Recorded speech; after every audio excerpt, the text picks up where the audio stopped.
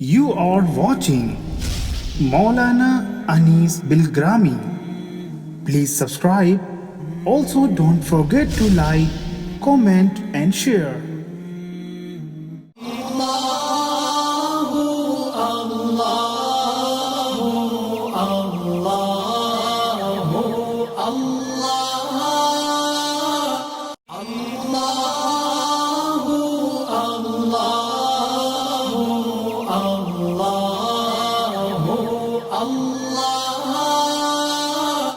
السلام علیکم ورحمۃ اللہ وبرکاتہ۔ بسم اللہ الرحمن الرحیم۔ الحمد للہ رب العالمین والصلاة والسلام علی سید المرسلین وعلی آلہ واصحابہ وازواجہ وذریاتہ واہل بیتہ اجمعین، اما بعد۔ ہر انسان اس حقیقت سے بخوبی واقف ہے کہ دنیا کی زندگی کے اس کے جتنے بھی تقاضے ہیں، جسم کی جتنی ضروریات ہیں، ان کو پورا کرنے کے لیے ان بنیادی ضروریات کا علم ہونا ضروری ہے۔ اگر اپنے جسم کے تقاضے معلوم نہیں ہوں گے تو ان کو پورا کیسے کریں گے؟ اور جب جسم کے تقاضے پورے نہیں ہوں گے تو پھر یہ جسم کمزور ہوگا، اس کے سیلز مرنے شروع ہو جائیں گے، آنکھوں کی بینائی متاثر ہو جائے گی، غذا کے نہ ملنے کی وجہ سے کانوں کی قوت سماعت مزمحل ہو جائے گی، اور نہ جانے کتنی بیماریاں اسے گھیر لیں گی۔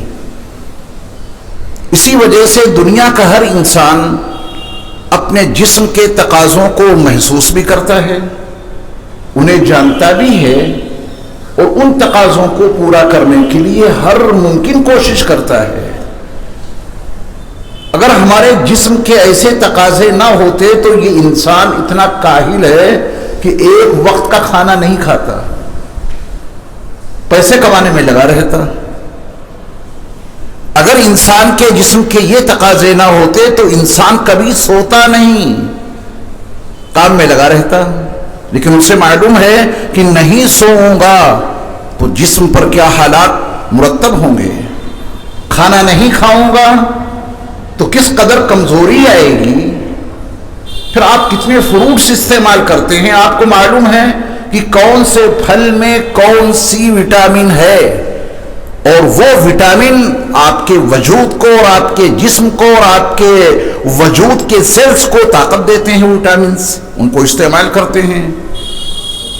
یہاں تک تو دنیا کا ہر انسان اس ضرورت کو محسوس کرنے میں، اس کو پورا کرنے میں برابر کا شریک ہے، دھرم کوئی بھی ہو، مذہب کوئی بھی ہو، وہ تو جسم کے تقاضے ہیں۔ انسان تو انسان، ہر جانور کو غذا چاہیے، اور جانور ہی نہیں درختوں کو غذا چاہیے۔ یہ تو ایک لازم چیز ہے، فطری چیز ہے۔ کسی بھی دھرم، کسی بھی مذہب سے اس کا تعلق ہو، ان چیزوں کو وہ جاننے اور ان کو عملی طور پہ برپا کرنے کی پوری کوشش کرتا ہے۔ میرے ایمان والے بھائیوں، یہ جو ہمارے جسمانی تقاضے ہیں، واللہ اس سے کہیں زیادہ ہمارے روحانی تقاضے ہیں۔ جسم کو فنا ہے، روح کو فنا نہیں۔ عالم دنیا میں تو ہم اور آپ ہیں ہی زندہ، جب عالم برزخ میں منتقل ہوں گے موت کے پل کو پار کر کے تو وہاں بھی روح زندہ ہے، جسم کو فنا ہے۔ اور جب عالم برزخ سے منتقل ہوں گے نفخہ ثانیہ، دوسری مرتبہ جب اسرافیل علیہ السلام سور میں پھونک ماریں گے تو سب اٹھیں گے، اللہ سب کو زندہ کرے گا اور عالم آخرت میں منتقل کر دے گا۔ تو پھر وہی روح جو یہاں اس وقت موجود ہے، پھر ایک نئے جسم میں آ کے اللہ کی بارگاہ میں ہم اور آپ حاضر ہو جائیں گے۔ جسم کو فنا ہے، روح کو بقا ہے۔ اور پھر جو عالم آخرت کی زندگی ہے، چاہے وہ جنت والی ہو چاہے وہ جہنم والی ہو، وہاں بھی موت نہیں ہے۔ آسان لفظوں میں سمجھیں کہ وہاں موت کو موت آ جائے گی، انسان پہ موت طاری نہیں ہوگی۔ تو زیادہ کہاں جینا ہے، عالم دنیا میں یا عالم برزخ میں؟ عالم برزخ میں کب تک رہیں گے؟ قرآن سے معلوم کریں کہ وَمِن وَرَائِهِمْ بَرْزَخ إِلَى يَوْمِ يُبْعَثُونَ، قیامت کے برپا ہونے تک تمہیں عالم برزخ میں رکھا جائے گا۔ حویلیاں ہم اور آپ بناتے ہیں، جو مکانات بناتے ہیں، اس میں کتنے دن رہیں گے؟ خود مکان بنانے والے کو نہیں معلوم کہ میں اس میں کب تک رہوں گا۔ یہ اتنا حسین بیڈ روم بنا تو لیا ہے، وقفہ نہیں معلوم اس میں قیام کب تک رہے گا۔ یہ شاندار ڈرائنگ روم بنا تو لیا ہے، اس میں کب تک بیٹھیں گے اپنے دوست اور احباب کے ساتھ کسی کو نہیں معلوم، کیونکہ زندگی کا یہ چراغ نہ جانے کس چوراہے پر بجھ جائے۔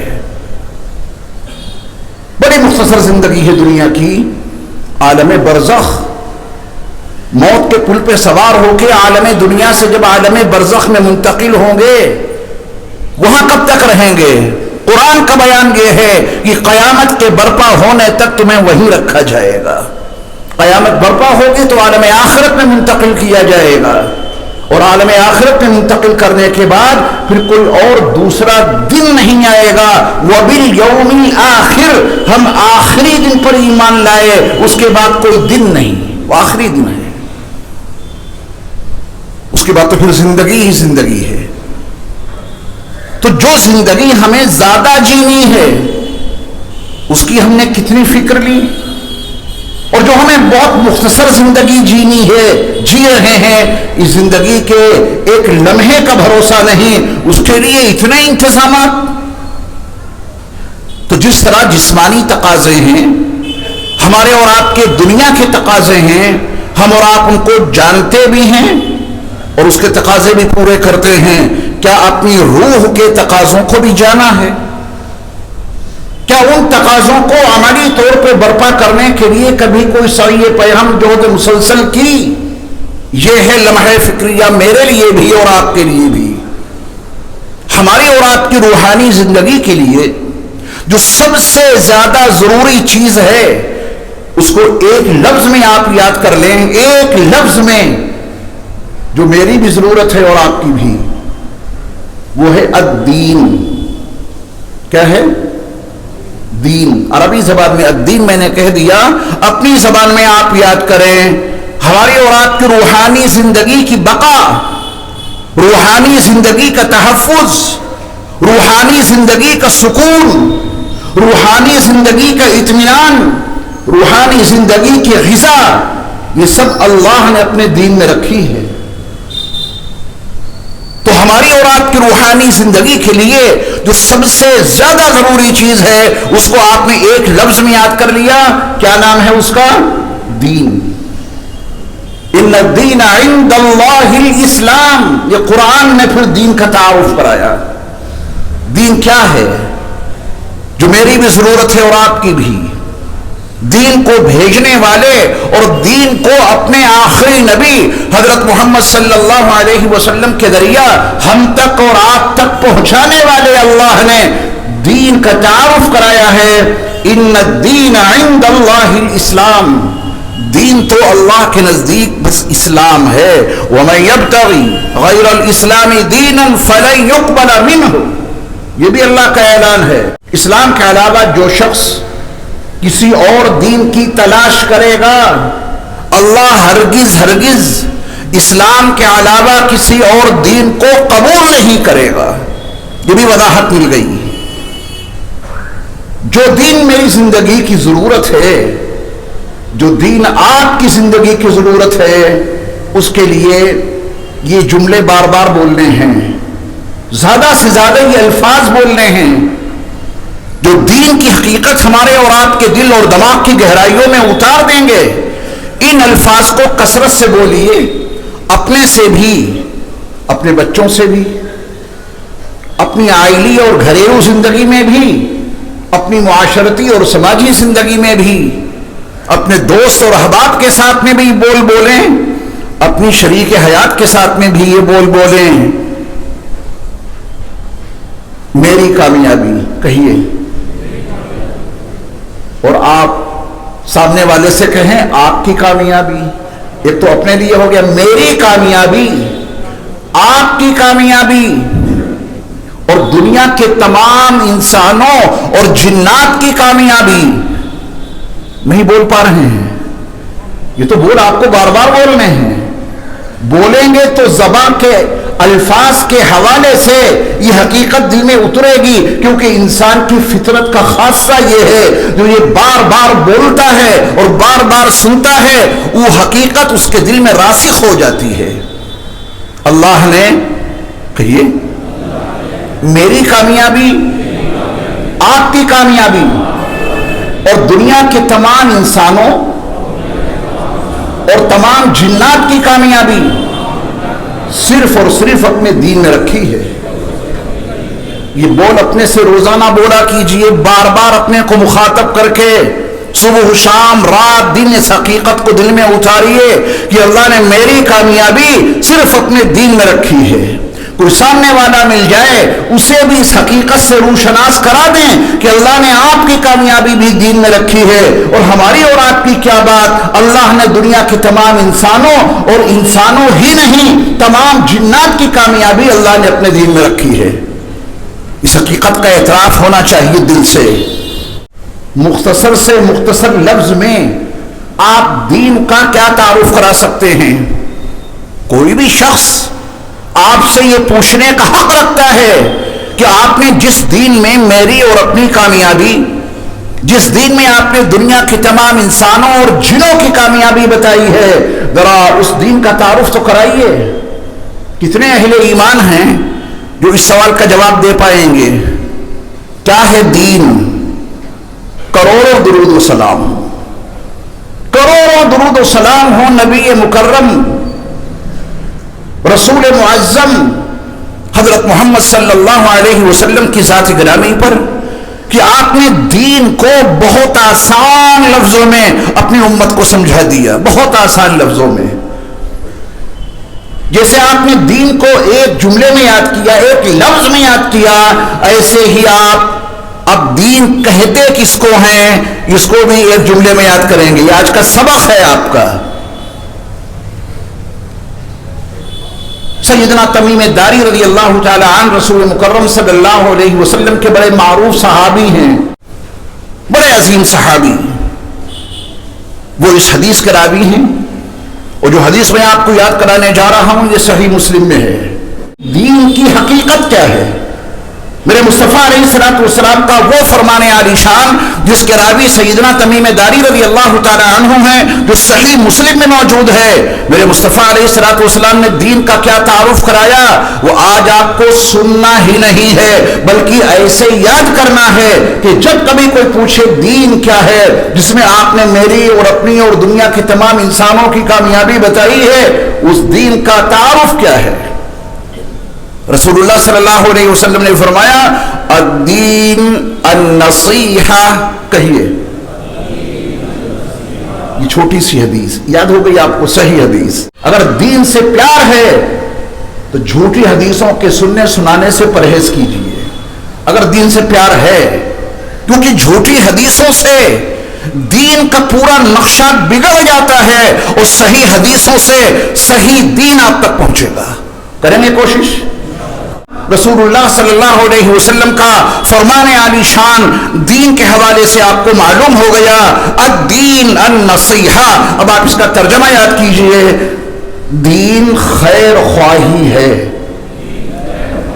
اللہ، دین خیر خواہی کا نام ہے، خیر خواہی کا نام ہے دین۔